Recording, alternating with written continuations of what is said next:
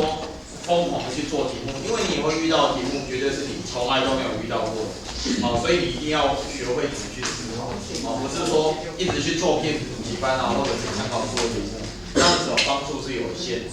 那我们来看一下。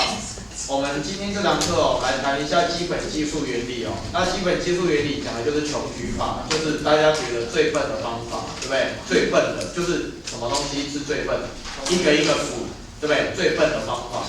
可是，同学，其实你心里面呢要了解一件事情穷举法最怕什么事情？你知道吗？你一个一个数，你最害怕发生什么事情？数到重复的。对，第一个是重复嘛。对不对？算重复，然后自己不知道，然后第二个是怕什么？漏掉，对不对？不想有一些东西没有考虑到，然后还怕一件什么事情？算得太慢，你懂我意思吗？因为你毕竟在考试，你说老师我穷举法没关系，我一题做半个小时，那你其他题是不是都不要做了？对不对？所以你要穷举，你要去想怎么用什么样的方式可以不会漏掉，不会重复，然后可以不会花太多时间就是说要去思考一下这个问题。来，这一口让你吃完。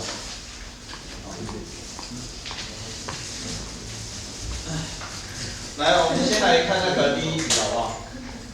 回去有想有来第一题，这个题目其实是个超简单的题目。来，我想我们从简单题目开始他说用10元、5元还有1元硬币呢，我们来凑成15元，有多少种方法？那当然。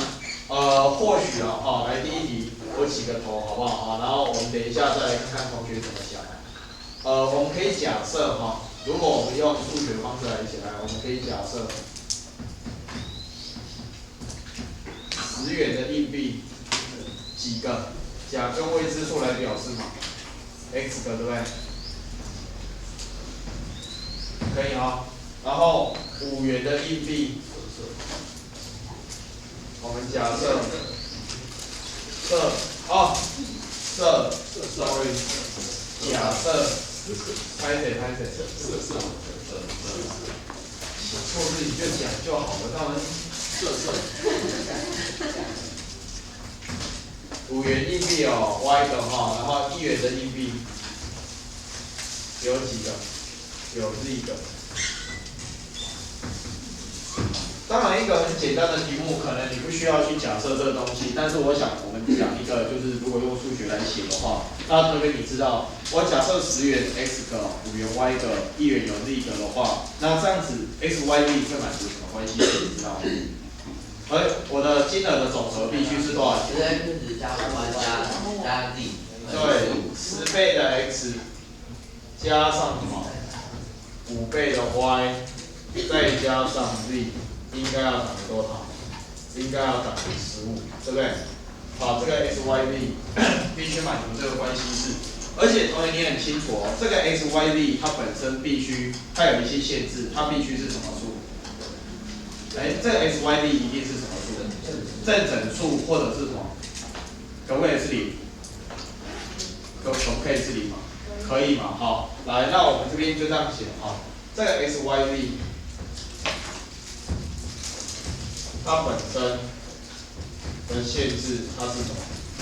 正整数，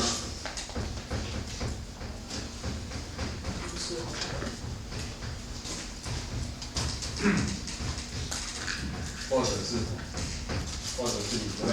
好，那这边我这样写同学 ，x y z 是正整数或0。然后我问你这句话如果用数学来写，不要写中文，你知道怎么写？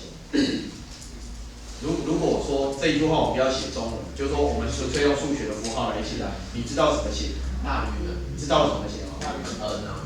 我跟你讲，其实你可以这样写s y z 属于什么？正整数，同学，正整数是什么？n 嘛，对不对 ？natural number， 对不对？然后可是同学，我们讲它可能是正整数嘛，或者是0，或就是什么集？我们不是教过集合的运算了吗？或就是什么集？连集，所以它可以连集，跟谁做连集？跟0这个元素来做连集，你懂我意思吗？这样写也可以嘛，就是说同学你学过集合之后，我们就可以透过集合来写，来表示一些一些写法，好，懂我意思吗？好，这样写，我想其实同学也都看得懂。好，那现在同学，我们如果要讨论这个问题的话，你记得你看一下我的讲义哦，我讲义其实有讲一句话，我说，当你要讨论的时候，我们建议同学从系数比较大的开始讨论，你知道为什么？所以这 x 的系数是谁？是不是10？10元有 x 个，同学这个 x 跟在这个题目的限制里面哦，这个 x 可能是0，可能是1，对不对？有没有可能是2？不可能，因为如果是2，是不是就20块就超过了，对不对？所以我们会从系数比较大的去讨论，为什么？因为这样讨论的情况会稍微怎么样？会稍微少一点嘛。那你在讨论的时候，第一种情况可能是透过所谓的表格。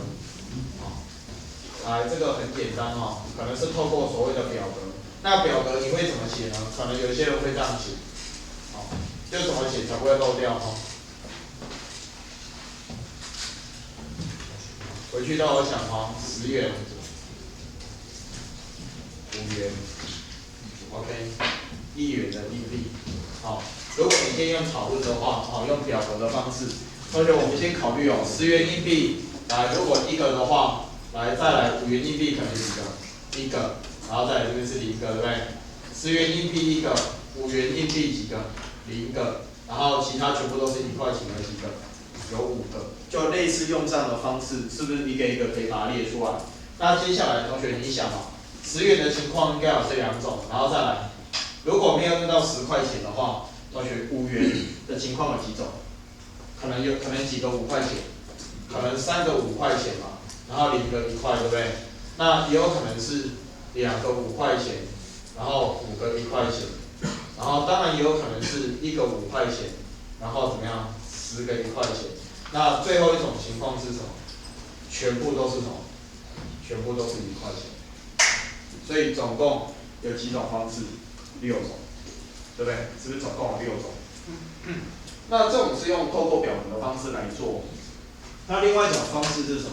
有些人会用树状图来做，来第2种情况哈，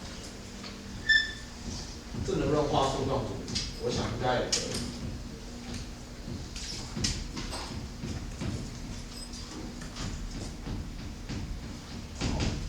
那树状图怎么画嘞？树状图同学我跟你讲，你就是画树枝状的图形。比如说来，这个是 x， 对不对？同学，好，我们观察这个式子哦，我们发现 x 只有可能是谁？0或者是1。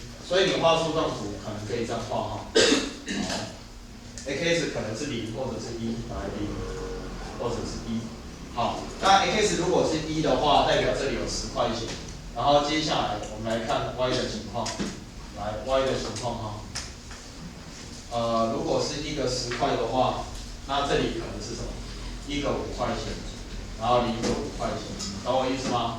那这里如果是1个5块钱，然后最后你的 z。来，你的 z， 这里就是多少？这里就是0。而你晓得我在写什么东西吗？我在画所谓的树状图。如果这里是1个10块，1个5块，然后最后这里1块钱，应该有几个？应该有5个。我们就是透过这种树枝状的图形，把所有的情况一个一个怎么样，把它列出来。而且你看懂我在写什么东西吗？所以如果你一开始10块钱是0个的话，同学，那你的5块钱可能有3个，可能有2个，可能有1个，可能有几个？可能有0个，对不对？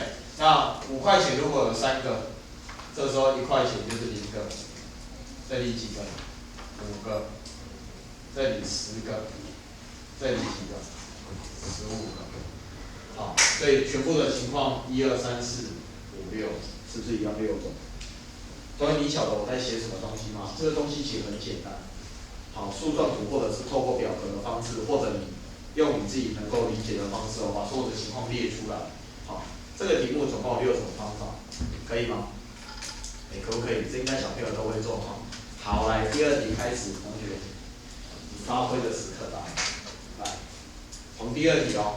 好，我第1题只是讲一点小东西啊。来，第2题是990学测考题，这个题目学测考题我们要按2个赞，来2个赞哦。我们来看一下这个题目啊，这个题目是99年学测单选第1题，我们来看一下这个题目，我现在把它改成填充题。他说有一个数列，这个数列呢，同学从 A1 到哪里 A10，它总共有10项。然后他跟你说哦，它里面的每一项不是1就是负1，它是一个由1跟负1所组成的数列。然后他要问什么？当你把第一项一直不断的加到第10项，把这10个数字把它加起来，这是一个级数，对不对？好，请问它加出来的情况有几种可能性？来，同学回去有没有想？11种，来，谁说11种？你说11种对吗？来，为什么？因为你就一个一个数，好，数给我看嘛，怎么数？要不很快啊。假如你就是假设全部都是1。好，来，我们因时复尔的讲法，全部都是1，那就代表10个什么？10个1嘛，对不对？好，10个1的话，那这个时候总和是多少？总和就是10，对不对？然后再来怎么样？啊，有一个是负1。好，9个1，9个1的话，那就是一个是负1咯。来，同学，那我问你，这个时候它的总和是多少？9个是1，一个是负1，这样加起来总和是不是8？然后我想中间可以点点点，对不对？好，然后来到全部都是什么？负1嘛。好，没关系，我先写。如果是1个1呢？如果是1个1，那就代表说有9个是什么？负1，这样加起来是负8。好，那如果0个1，1个1都没有，0个1，那这样子的话，全部都是负1嘛，加起来是多少？负10。同学，这个就是全局法，这是傅伟的想法，对吧？你是这样做的。好，来，同学，总共有几种可能性？从0个1到10个1，这样子的结果，来，总共有几种？共11种。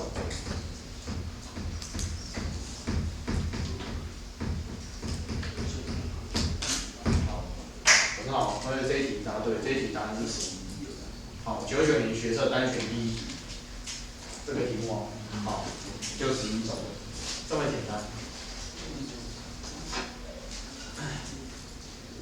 来，那接下来哦，同学，我跟你讲，接下来请看到范例3。来，范例3这个题目，哎，现在先不要讨论哦。同学，范例3这个题目啊，我很好奇同学会怎么做哈。他说在墙上有一个宽2公寸、长9公寸的空白长方形。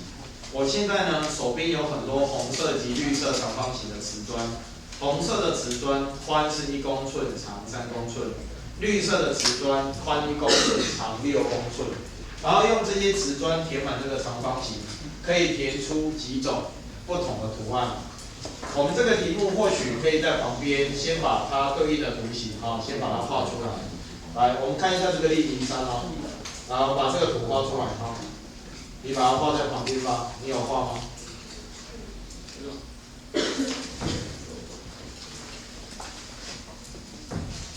好，我们先把这个图画出来安尼，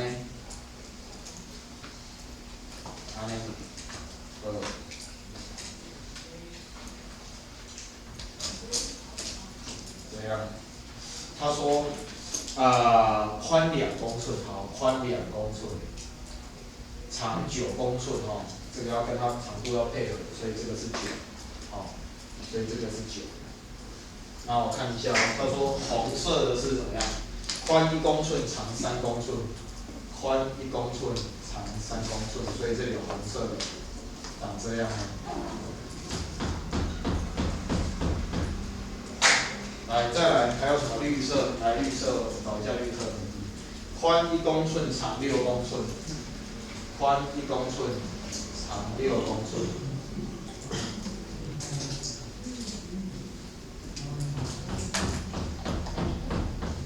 好，我们用这2种颜色的瓷砖我画的应该没有很丑就是说要填满这个长方形，对不对？可以填出几种不同的图形。我可以问几个同学嘛有做出答案的举手，你有想的举手。好，问答案好来，到底你做几个？来举手，我写啊，你算几个？几个？9个。来，吴伟清你几个？9个。9个你呢？对，都9个，来9个，9个，来有没有跟9个不一样的答案？没有，大家都算9个。好，那我现在可不可以问同学你怎么算？好不好？你怎么考虑这个问题？我想答案其实就是9个没有错，但是你怎么考虑这个问题？我想这个重点。来，我想各位请少堂分享一下你的想法。你要不要讲？你要不要讲讲看？你要不要上来讲讲看？我上来对，上来讲，好不好？那同学我跟你说哦，他讲的时候你可以质疑他，你可以挑战他，甚至你也可以提出你的想法，好不好？啊，你要不要拿粉笔写？啊，哎，对，彩色的，没关系啊，拿粉笔在旁边写一下，就是任何就是来你接哦。因为你看嘛，它这个宽只有2，然后这2个方块它最短的也是3，所以它不可能，首先它不可能摆这样子的，它不可能摆这样子。你要看同学，不要看它不可能摆这样子的，这样因为它这样会超过，所以它这些砖块它都一定是摆横的。然后摆横的话，这时候你就可以把它，先把它这个拆成上面跟下面2个部分来讨论。好，怎么讨论？就尽量看能不能写一下。就是你看，我就把它拆成上面跟下面嘛，然后我就先算上面，然后上面你就先算一边，它基本上都只有3种可能，第一个是3个都是短的，然后在右边一个长的，左边一个短的，然后在左边一个长的，右边一个短的，这样上面就没有其他可能嘛。上面就是上面这块就没有其他可能性，然后下面这块因为跟上面一样，所以它的可能性是这样子。然后所以他们这样子，上面有3种可能，下面有3种可能，他们组合出来就可以有9种可能，就3等于9。那可以这样 OK 吗？这样 OK 吗？还是这是少长的想法，这样 OK 吗 ？OK， 很棒哦，谢谢。这样不错啊。来，那我要问同学哦，还有没有其他的想法？一个一个数。好，怎么数？对，你一个一个数可以，那怎么数？你要不要上来讲？啊，不用啊。上来讲嘛。就一个。来上来数嘛，来上来讲。不要啊，不然不开心。你上来讲没关系的。好。来，听师傅来讲。啊，就跟这个一样啊。没有啊，你怎么数嘛？你怎么数？啊？就从，好吧。好，我想想哦。啊，第一个就是全部1、2嘛，1个。然后第2个就是那个下面3块都有，然后第3个下面3块也有，然后第4个是上面3块的时候，懂吗？懂吗？懂吗？你知道就是一个一个数，我去查，懂吧？你这样讲谁懂？所以我就说不要上来讲。就把它放出来。你懂对不对？我懂。我去查 I got you。因为我懂。对啊。好，来，同学你仔细听哦。我讲一下我个人处理这个问题的方式好不好？洪少长他的方式不错，但是我是说这个题目其实我分享一下另外一种想法，其实我想可能是比较接近刚才石慧的想法，然后我把它也是一个一个数。所以其实你想啊。你现在要把红色跟绿色的这个算砖块嘛，这个瓷砖哦贴在上面，对不对？同学，你在贴的时候，我问你，你会先贴绿色还是先贴红色？如果你是个正常人，你会先贴绿色还是红色？绿色。肯定先贴绿色嘛？为什么先贴绿色？因为绿色比较大块嘛，对不对？所以这个时候，我可以说没有说一定要先贴什么颜色，但是为什么我会先？就跟你在填一张纸，你不是问你把那2个颜色颠倒过来，我一样会去填。好了，来看我这边哦，就是说我先考虑绿色嘛。那同学我问你哦，如果我第一种情况，来我一个绿色都没有，0个绿色，好，来同学0个绿色，我现在其实希望同学能够讲出来，就是说怎么算才不会漏掉。0个绿色的话，那就代表全部都贴红色。同学方法数几种？讲话嘛，全部都红色，方法数几种？一种，对不对？来，第2种情况，如果我今天用1块绿色，好，那我们现在就要考虑一件事情哦。同学，这一块绿色你可以摆在什么地方？来，你仔细看。如果我现在只用1块绿色的话，这块绿色有几个位置可以摆？4个，哪4个？左上、左下、右上、右下，对不对？那不管是这4个的哪一种，剩下的全部都用红色填满。所以这边同学一块绿色的情况有几种？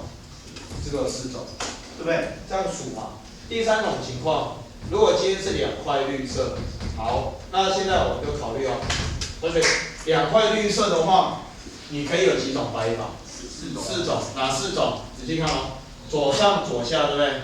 右上右下，对哦。还有左上右下，还有右上怎么样？左下，是不是只有这4种情况？剩下的你都摆红色，是不是几种？4种。来，最后一种情况，应该不是讲最后一种情况，下一种情况我们考虑3块绿色的同学，刚5颗。这个东西有没有可能用3块绿色的把它塞进去？根本不可能嘛！这种情况根本就已经怎么样？根本就已经不用考虑了，对不对？所以同学，答案有几种？1加4加4， 9种。这小朋友也可以做的题目，你懂我意思吗？来，我现在问一下，你还有没有更特殊的想法？你的想法跟这边都还不一样的，有没有人用树状图做的？我问你，大家都不一样，都有做吗？好，来，同学，那现在我们直接看那个范例5，那个范例4你可以自己回去先画一下树状图。那个范例5是个联考考题，我们看一下这个题目。好。哦，范例4哦，来，同学我先问你，范例4你算出来的答案几种？10种，10种。好，来，没关系，这个我们先来看范例5。这个范例5他说有一家彩票公司，每一天怎么样开奖1次？那开奖1次的话呢，它是从1、2、3个号码中随机开出一个。开奖的时候，如果开出的号码跟前一天相同，就要怎么样重开？直到开出跟前一天不同的号码为止。如果我告诉你第1天开出的号码是3，那么第4天同样开出是3这个号码，同样是3号的情况，同学有几种？有没有算？2种，大家都讲2种。好，来讲2种，有什么？左领吗？来，左领，你要不要这样看你的想法？你要不要上来写？来，上来写好了。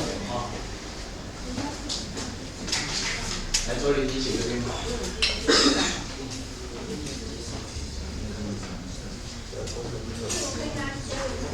可以啊。这个就我知道为什么就而且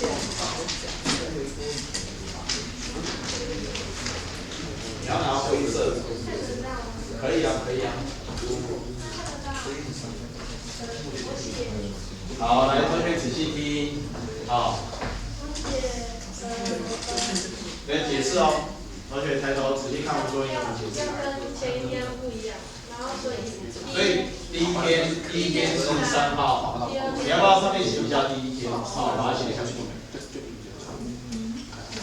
然后第2天就只能1跟2，然后第3天就是2跟3。如果第2天开2的话，第3天就只能开1跟3，然后第4天如果是2，就是1跟3，1跟2，2跟3，1跟2，所以就是看懂吗？谢谢。所以你看懂多，你再写懂吗？它这种方式叫什么？树状图，有没有？它把所有的情况，对不对？从第1天开出来是3号，然后第1天是3号，第2天开出来的情况只有1号跟2号，这样子一直到第4天。以后我们还会学其他的方式哦，叫你去算这个东西，而且这可能还有译文的关系哦。我们还可以用一些其他方式去做这个题目，但是现在我们用土法炼钢，答案有几种？答案有2种。好，可以吗？好，这吴卓林的想法，还有其他的想法吗？一样的，类似的，对不对？是不要装可爱。我想真的啊，有其他想法要讲哦。来，我们来看后面比较有意思的考题哦。来，翻到后面来。可以吗？因为这种东西应该是讨论哈。来，我们来看一下哦。范例6这个题目哦，其实那第1小题跟第2小题是同一个问题，用不同方式来叙述而已。我们看一下这题目在讲什么。他说周长为20，而且3个边长均为整数的三角形，总共有多少种？我这边希望同学先用土法炼钢来做，就是你用穷举法来做。这一题有其他所谓比较快速的解法，但是我希望你这边先用穷举法来做。有没有同学你穷举法做出来？可以举个手我看一下。第一次的第一个。比如说，李梦龙有，然后嘉祥也有，对不对？许嘉祥说答案是7种，没关系，我们先把同学写的答案有人讲7种，来，李梦龙有算几种？8种，有2种不同版本的答案来，再来，还有多少同学？8种。许可远也算8种。还有谁有算？比例嘛。好像算8种的比较多，对不对？好，那现在同学我们问题来了，你怎么算这个东西？我可以问奎远吗？你8种嘛，对不对？那你怎么算出来？你怎么穷举？因为一开始要先想2边加起来大于1。好，我们先把许奎远的想法先写下来。我们现在要讲的是第6题。来，这个第6题这个题目，所以你要仔细听这个题目给他2个赞这题目其实也不会很难。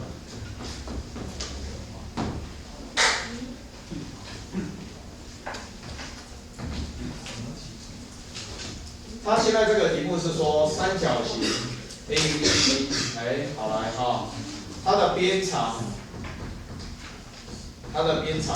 我假设叫做小 a、小 b 还有小 c。那因为它3边长都是什么数？都是正整数，对不对？好，都是正整数。而且来，我们现在来考虑一件事情它的3边长来这边要满足什么条件？来，首先第一个，同学，它的周长是多少？周长是20，所以这边 a 加 b 再加 c 要等于多少？20。刚才许圭宇讲得很好，你要形成一个三角形的话，它必须要满足一个基本条件，三角形2边之和一定会大于第3边。所以许圭宇刚才这个地方代表他有切入这个题目的重点他知道三角形2边之和肯定要大于第3边。好，那现在其实真正的关键在下面同学，穷举法怎么举？而且不能漏掉同学，我跟你讲，这边的考试每个学生都会有答案，但是你答案只要差一个，你这一题就没有分数。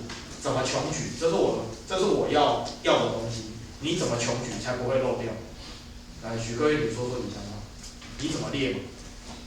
就是你那8个是怎么找出来？而且你要保证说，我这个找的过程是不会漏掉，就是不会漏掉任何一个。你怎么找？一开始是因为如果除以3，它会等于6点多，就从6开始找。就是20嘛，除以3的话就是6点多，就从6开始找。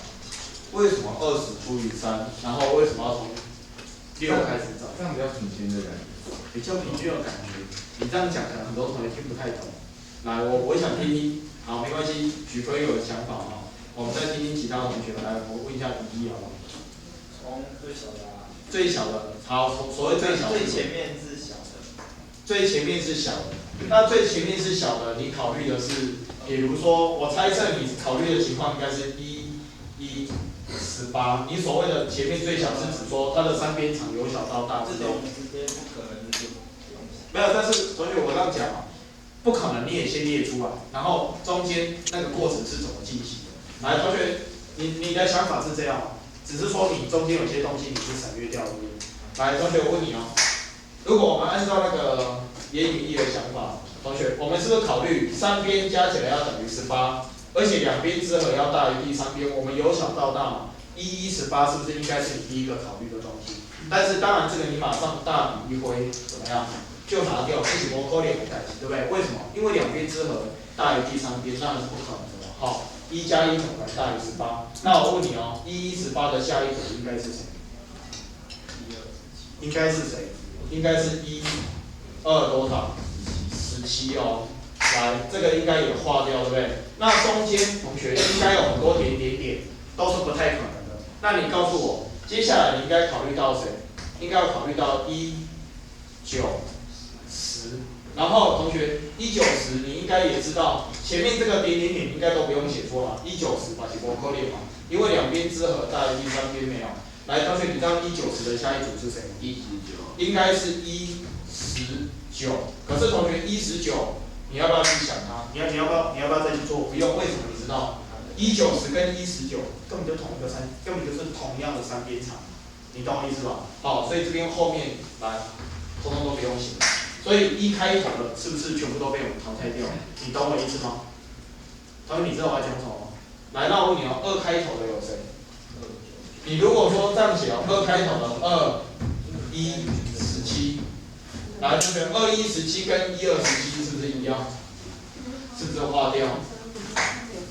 然后再来，同学，2117的下一组是谁？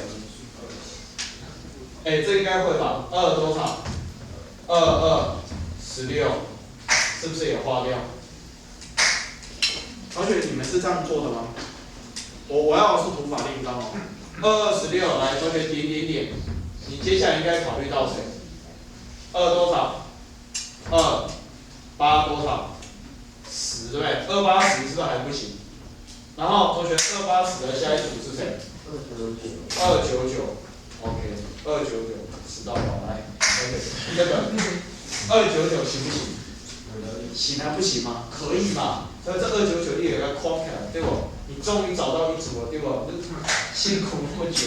对，那同学299的下一组是谁？10多少？8啊，28跟2810不一样，重复了。所以虽然这个感觉有点笨，但是它就是土法炼钢把它找出来。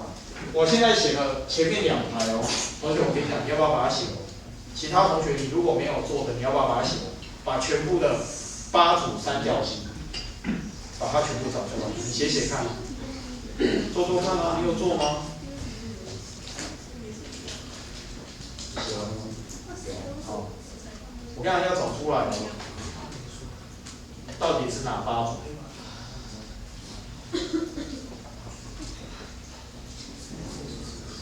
有没有做错？8组，这么多。你要让你想，让你讲，好吧？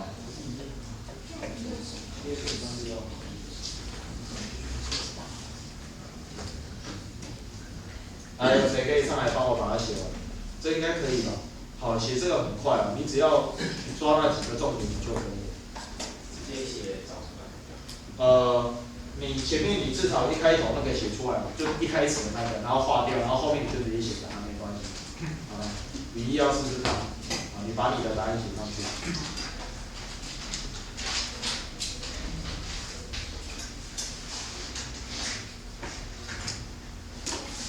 结果希望同学你要强调一种方式，就是你怎么知道你的方法不会漏掉？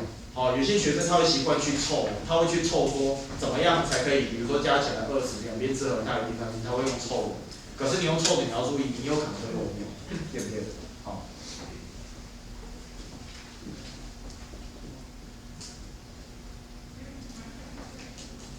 你41、15准备嘛？好，你这规矩我想想。你3的话，你就写3、3。啊好，你要这样子。这个没有。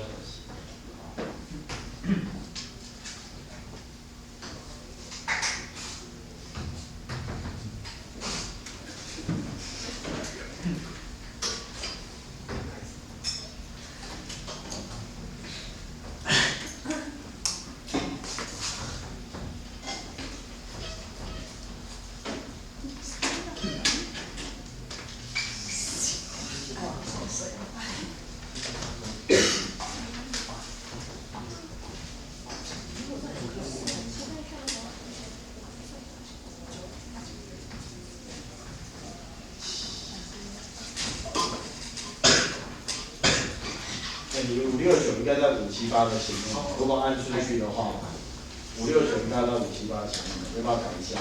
啊，你按顺序写的话。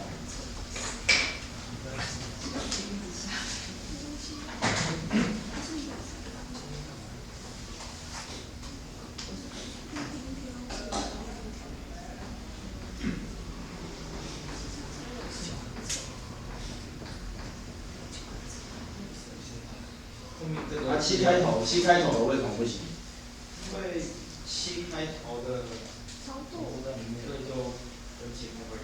为什么会重复？七开头为什么就不行？对，你要先考虑7、1、2，一直到7、7。先说这个字大啊，之后，才会跟上面的重复大。所以7、7到7、6就跟上面重复了，对不对？好，这个只要填进去。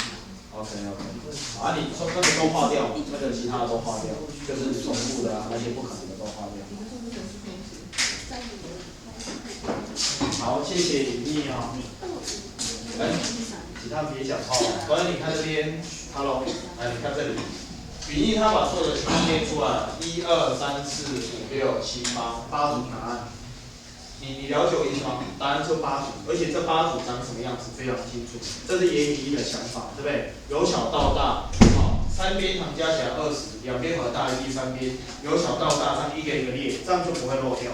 好，这是他的想法，这样就不会漏掉。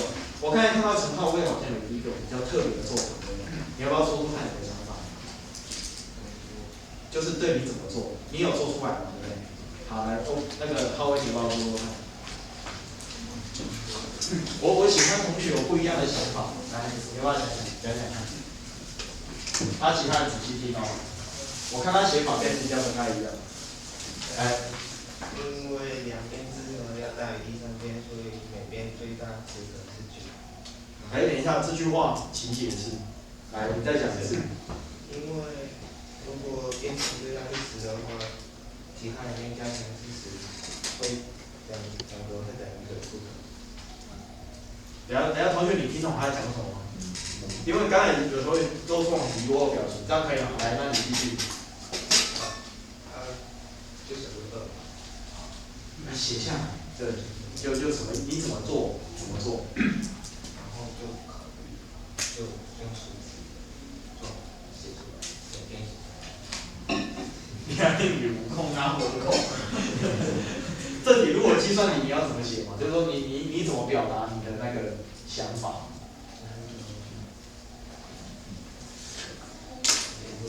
不会讲，但是会算。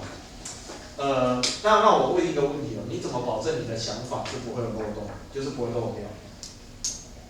就是你怎么像刚才像这个做法就不会漏掉，对不对？就是基本上就不会漏掉了。那你怎么保证你的想法不会有漏洞？就是不会漏掉。对，会不会有少考虑的情况？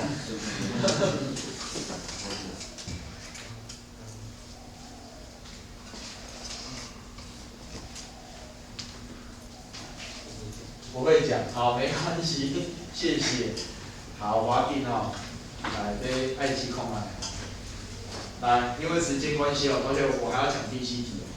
来，这个第7题，同学给他3个赞。这个题目，我跟你说，我从以前哦，在金门高中，这个题目我第1年来这边教，我就给学生写这个题目。我纵观所有学生他上台来讲的想法，有归纳出金门高中的学生的2种解这个题目的策略。我现在在这个班我再问，就是重新再问一次。我想知道同学的想法，还有就是你有没有跟以前的学长姐不一样的想法？好，那我希望同学分享。如果你的讲法跟学长姐是一样的，那我等一下会就是跟你讲说 ，OK， 这个想法是一样的。我们现在来看一下这个题目好不好？他说这个数线上，注意哦，1、2、3、4、5、6 6个点，两配一组。我希望配出来各组2点间的距离恰好是2、3、4各出现一次。请问有几种配对方法？同学，这一题答案很简单，几种？2种。但是重点不是答案，重点是你的想法，你怎么去配出那2组答案，那个过程才是关键。你懂我意思吗？那过程才是关键，你怎么配出来？你怎么知道你这样做，这样考虑是不会漏掉的？来，谁要讲讲看？你用笨的方法没关系，你土法炼钢你怎么练？来跟我讲你的想法，来，许奎要不要上来写？应该不用，好，那你讲讲看好。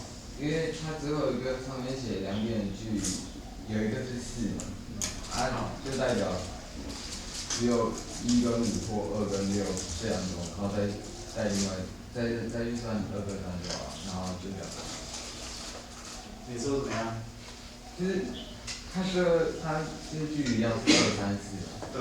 然后如果要是4的话，就是一定是1跟5跟2跟6啊，这就是2种单子。啊，就2种。这接受。知道怎么讲？我大概知道你的方式了，这就是以前你们学长其中一种解法了哈。它解法是这样，我写的比较清楚一点。来，我们写个解1好了，所以你听懂许归元的讲法。好，第一种解法，许归元他刚才的讲法，其实他的观念是从什么？他用谁来做分类？你知道吗？他是用距离来做分类。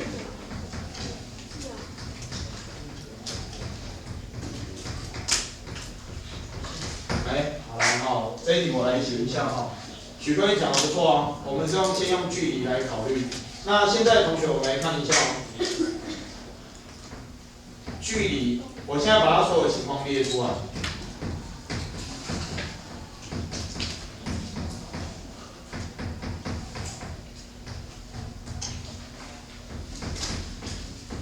好，如果我从1开始考虑啊，同学，因为我在黑板上讲，我是把所有情况写出来。同学，距离为1的可能有谁？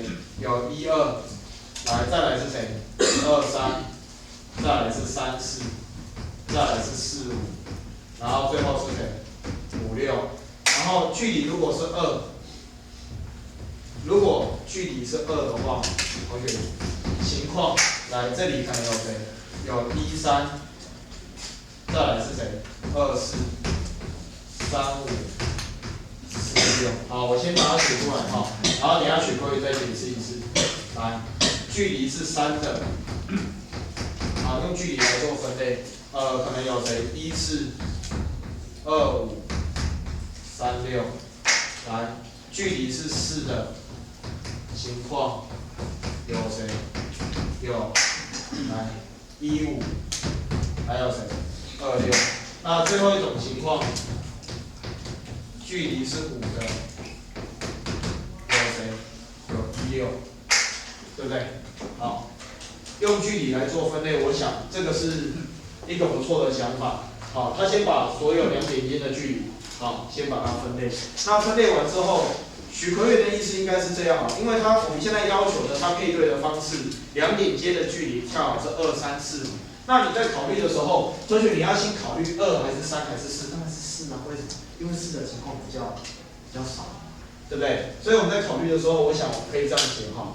来，距离，我们先从距离比较大的来考虑。距离，先考虑4，然后再来考虑什么？3，好，再来考虑2的。其实可以画树状图。来，同学，距离是4的，我们看一下有谁？是不是有1、5跟2、6？好，比如说1、5跟2、6。来，那这个时候同学你知道，接下来你要搭配距离3的。如果是1、5的话，同学你告诉我，你3可不可以找1、4？不行嘛，可不可以找2、5？不行嘛，你一定要找谁？一定是找3、6，对不对？这个家伙是不是一定是找3、6？对不对？那你找1、5、3、6，同学那距离是2的，你要找谁？2、4嘛，是不是2跟4？这样子是不是就可以得到一组答案？好，许归元讲不错啊，他的想法，他 idea 就这样。好，那如果你一开始距离是4的2、6，来，那距离是3的。2、5跟3、6就不能选嘛，你应该就只能找谁？找1、4。那如果找1、4的话，距离是2的，应该要找谁？应该要找3、5，对不对？好，数字要不一样。好，所以我想许归元的想法是这样子，总共有几种情况？共2种。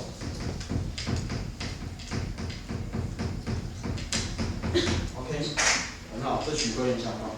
好，答案是2种。来，同学，还有没有其他想法？我说，他跟他想法不一样，都一样吗？有没有人不一样的？如果只考虑1的话，因为只有3种距离，1就只有可能接3、4。要给我啥？我们第一讲啊，来，给你说说看你想法。你也是用距离去考虑嘛？就是分类这样。它只有3、4、5 3种距离嘛，所以1这个点就只有可能接到3。等下什么叫做只有3、4、5 3种距离2、3、4，2、3、4 3种距离。1就只有可能接到3这个点，1、3、1、4、1、5。它3种大概算一下。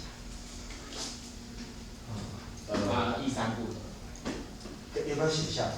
就这怎么表示？你要不要写下来？对，就是你怎么算出来？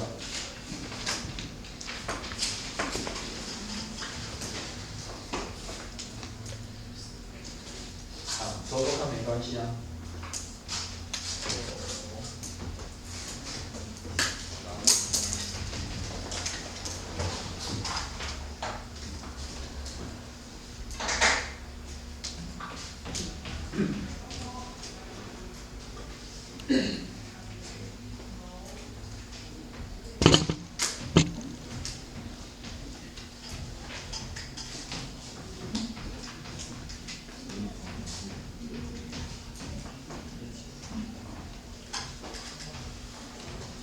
连接的距离就只有2、3、4、3种啊，1就只有可能接到3，这是距离2，这是距离3，这是距离4，懂吗？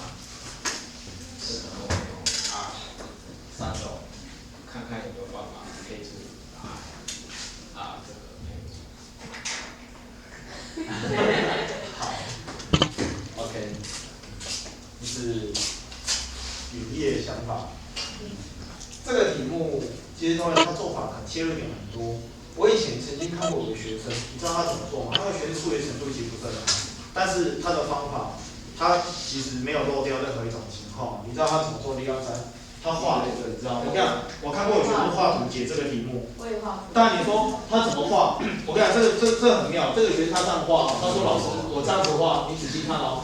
他说1、2、3、4、5、6，好，来，你仔细看哦。那个同学怎么画？你知道吗？他说老师，我把所有情况列出来。我说靠，你怎么列啊？他说我先考虑嘛，这样嘛，这样嘛，这样嘛，对不对？啊，这种情况可不可以？不行，这是111，对不对？他说这种情况不可。哦 ，OK， 好。那下一种情况你要考虑什么？来，下一种情况你仔细看哦。1、2、3、4、5、6，好，听我讲啊。来，同学你知道，如果你要把所有图形画出来，你下一个应该要怎么考虑才不会漏掉？他那个学生是这样，他说老师这里还是1、2，可是这里的刚才是3配4，对不对？这里3接下来要配谁？潘配5，然后4要配谁？配6，结果发现他组合出来是1、2、2，这个也不行，他就用这种方式，好，就是一个一个把它全部列出来。你知道全部列出来有几种情况吗？有没有人用这种方式做的？我告诉你，全部列出来有15个图形，图形里面有15个，就从第一个到最后一个有15个，其中只有2个是对的，就是这样。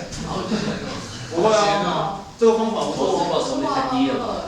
就是你懂我意思吗？画图也可以，好不好？好，那我想我们这堂课就大概讲这样就可以好。来，谢谢各位同学，我们下课。